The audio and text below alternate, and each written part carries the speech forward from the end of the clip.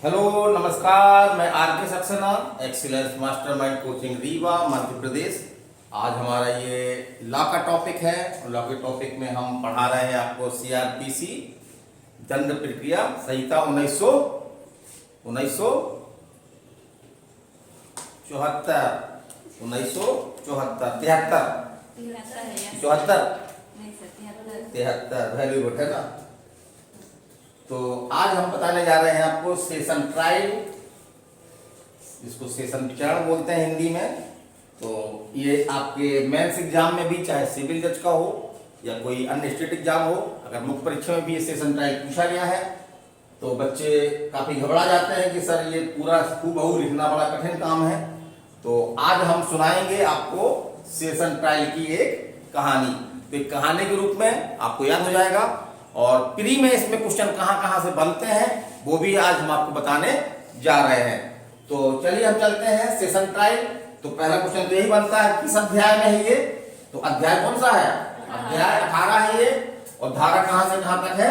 225 से 237 तक। लेकिन मुख्य रूप से अपन देखें तो 225 से लेकर के 235 तक में ही सेशन ट्रायल है ना।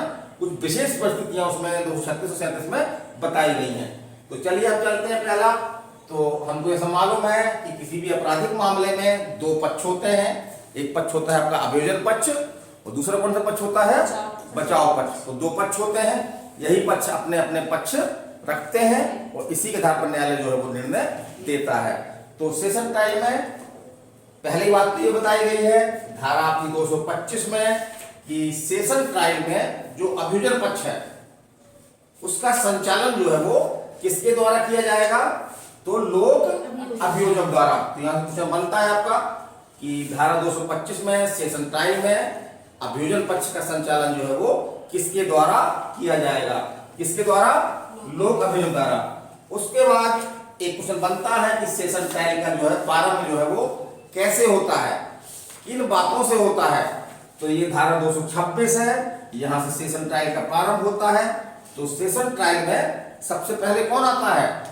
लोक अभियोजक आता है। लोक अभियोजक जो है सेशन न्यायाधीश के सामने प्रकट होता है ना, हाजिर होता है और उन तमाम बातों को जो उसके पास एविडेंस है, जो साक्षी हैं, जो दस्तावेज हैं, उन सबों के बारे में बताते हुए वो ये कथन करता है कि मैं इन एविडेंसों के माध्यम से, इन कागजातों के माध्यम से हम जो है अभियुक्त को क्या करना चाहते हैं? सजा दिलाने का हम प्रस्ताव रखते हैं। तो अब आगे बढ़िए। यहाँ पे अभियोजन का कथन हो गया। उसके बाद धारा 227 में क्या बताया गया है कि उन्मोचन। तो यदि सेशन न्यायाधीश ये पाता है कि जो अभियोजन कथन किया गया है उसमें कोई दम नहीं है, उसमें कोई ऐसे एविडेंस नहीं है जिसके आधार पर जो है वो अभियुक्त के खिलाफ आगे कार्रवाई चलाई जा सके या उसको दोषी सिद्ध किया सके, तो यहाँ पे क्या करेगा? उस पर विचार करने के बाद जो है वो अगर इस तरह की एविडेंस नहीं है, मजबूत एविडेंस नहीं है, तो क्या कर देगा? वो अभियुक्त को जो है वो उन्मोचन कर देगा। उन्मोचन कर देगा किस धारा में? धारा 227 में। यदि इस तरह से उन्मोचन नहीं करता है और उसको लगता है कि अभियोजन कथन में कुछ ऐसे एविडेंस है जिसके माध्यम से उसकी राय है कि अभियुक्त ने जो है वो इस तरह का अपराध किया है, तो आगे कार्रवाई बढ़ाएगा। तो फिर क्या करेगा? वो धारा 228 में क्या करेगा? अभियुक्त पर जो है वो लिखित आरोप लगाएगा। अभियुक्त पर लिखित आरोप लगाएगा और उससे पूछेगा, क्या पूछेगा? कि आप अपना अपराध जो है वो स्वीकार करते हो या आगे कार्रवाई चाहते हो, आगे अपना विचारण चाहते हो या अपना अपराध स्वीकार करना चाहते हो। चलिए आगे देखते हैं। यदि अभियुक्त जो है वो कहता है कि मैं अपना अपराध स्वीकार करना चाहता हूं, तब सेशन न्यायालय क्या कर सकता है? तो यहां से क्वेश्चन बनता है कि भले ही अभियुक्त ने अपना अपराध स्वीकार कर लिया हो, लेकिन यहाँ पे सेशन न्यायालय न्यायाधीश के लिए ये आवश्यक नहीं कि वो उसको जो है वो दोषसिद्ध करार दे।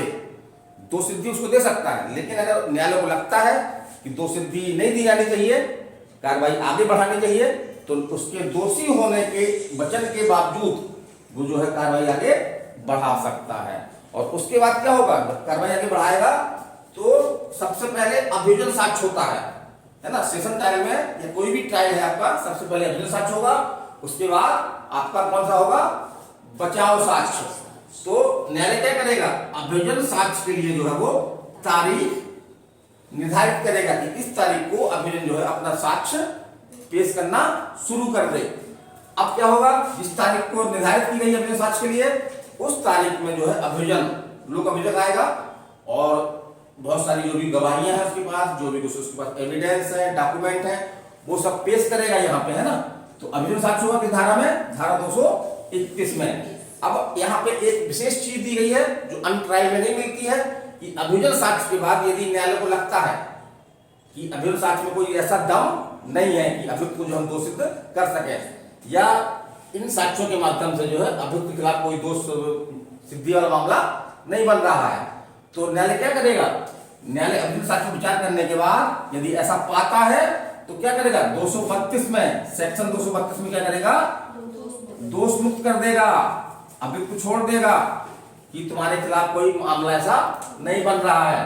लेकिन यदि दोष मुक्त नहीं करता है वो, उसको लगता है कि ये साक्ष्य जो है दमदार है, तो फिर क्या करेगा, बचाव पक्ष से बोलेगा कि भाई आप भी अपना जो है बचाव पक्ष पेश करिए, किसी साक्षी को लाना चाहते हैं तो उसको पेश करिए। तो यहाँ पे साक्षी वगैरह पेश करवाएगा। और यहाँ पे एक चीज और लिखी है कि यदि जो बचाव पक्ष है उसके प्लीडर के आवेदन पर वो अगर आवेदन करता है किसी साक्षी को जो है बुलाने के लिए, कोई आदेश का जारी किया है, जैसे सम्मन है या वारंट है, तो न्यायालय ऐसा सम्मन या वारंट जारी कर सकता है। लेकिन न्यायालय मना कर सकता है। कब मना कर सकता है, यदि ऐसा आवेदन जो है वो मामले को विलंब करने के लिए या दूसरे पक्षकार को जो है वो तंग करने के लिए लाया गया है। फिर आगे क्या होगा, तो बचाव पक्ष के बाद, बचाव साक्ष्य के बाद फिर क्या होगा, दोनों पक्षकार, कौन कौन से, आपका अभियोजन पक्ष और बचाव पक्ष, दोनों पक्ष जो है वो यहाँ पे क्या करेंगे, अपना अंतिम रूप से क्या करेंगे, अपने लॉजिक देंगे, तर्क देंगे कि ऐसा ऐसा है, इसलिए अभियुक्त को दोषसिद्धि की जानी चाहिए। बचाव पक्ष बोलेगा कि नहीं, ऐसा कोई एविडेंस नहीं आया है जिसके आधार पर हमने संदेह रूप से कह सके कि अभियुक्त ने अपराध किया है। तो बहस सुनने के बाद फिर न्यायालय क्या करेगा, यहाँ पर न्यायालय निर्णय करेगा किस धारा में, धारा 235 में। तो निर्णय दो तरह के हो सकते हैं, एक तो दोष मुक्त कर सकता है यदि उसकी राय है कि अभियुक्त के खिलाफ कोई ऐसा एविडेंस नहीं आया है, इससे ये साबित होता हो कि उसने अपराध किया है, तो क्या कर देगा, उसको दोष मुक्त कर देगा।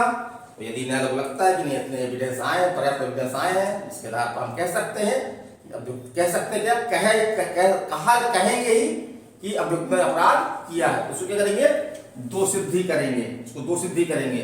और जहां धारा 360 के अधीन उसको छोड़ा नहीं जाता है, मतलब भर्त्सना करके या अच्छा आचरण की गारंटी पर उसको छोड़ा नहीं जाता है, तो न्यायालय क्या करेगा, अभियुक्त को जो है वो यदि उसने दोषसिद्धि की है तो दंड के प्रश्न पर जो है उसको सुनेगा।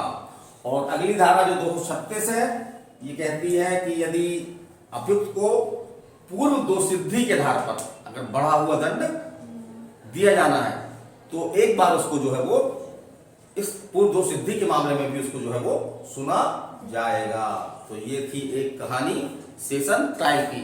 इसको आप मुख्य परीक्षा में भी इसी तरह से कुछ चीजें आप दिमाग में संचालित कर याद कर लीजिए। इस तरह से लिखे हुए हैं पॉइंट बाय पॉइंट, इतने पॉइंट याद रखिए आप। सेक्शन बिल्कुल जस्ट उसके आगे बढ़ते हुए सेक्शन है, इनको याद रखिए तो आपको सेशन ट्रायल में कोई भी प्री में क्वेश्चन बन जाएगा और मुख्य परीक्षा में आप आराम से इसको लिख लेंगे। तो चलिए अगली क्लास हमारी फिर होगी कभी कभी, अभी समय क्लास नहीं बना रहा हूँ आपकी क्लास, ये बच्चों की मांग पे ही बना दिया। सेशन टाइल बच्चे पूछ रहे थे कि सर सेशन टाइल थोड़ा कठिन लगता है, कैसे लिखें इसको, तो उसी की ये क्लास थी। चलिए अगले क्लास में फिर मिलेंगे। आज के Saxena excellence mastermind coaching Rewa Madhya Pradesh. तो नमस्कार, धन्यवाद।